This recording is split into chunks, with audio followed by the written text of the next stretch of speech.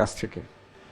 এখানে যে চারজন সাহাবীর নাম বলা হয়েছে প্রত্যেকেই দরাজ কণ্ঠের অধিকারী ছিলেন। বিশেষভাবে আব্বাস ইবনে আব্দুল মুত্তালিব রাদিয়াল্লাহু তাআলা আনহু, যিনি ছিলেন রাসূল সাল্লাল্লাহু আলাইহি ওয়াসাল্লামের 10 চাচার একজন এবং যিনি সর্বশেষে জন্মগ্রহণ করেছিলেন, তিনি রাসূল সাল্লাল্লাহু আলাইহি ওয়াসাল্লামের চেয়ে বয়সে মাত্র 3 বছর বড় ছিলেন।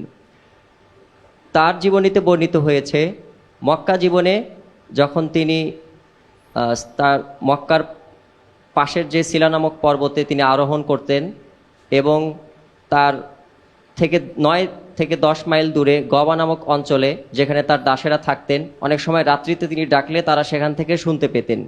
আর প্রতিযোগী ভাই তিনি যেটা অনুমান করেছেন সেটা আসলে সঠিক। হুনাইন যুদ্ধে যখন মুসলিমদের অবস্থা পর্যবসিত হচ্ছিল তখন রাসূল সাল্লাল্লাহু আলাইহি ওয়াসাল্লামের নির্দেশে তিনি তাদেরকে ডাক দিয়েছিলেন, ইয়া আসহাব আল আনসার ইয়া আসহাব আস সামুরা, অর্থাৎ ওহে আনসার সম্প্রদায়, ওহে বাবলা গাছের নিচে শপথ গ্রহণকারীরা।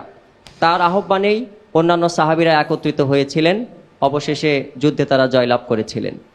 অনেক অনেক ধন্যবাদ আপনাকে, বারাকাল্লাহু ফিক। আমরা পরের প্রশ্নে যাব ইনশাআল্লাহ তাআলা। পরের প্রশ্নে যাবার আগে আমরা একটা ছবি দেখব, খুব মনোযোগ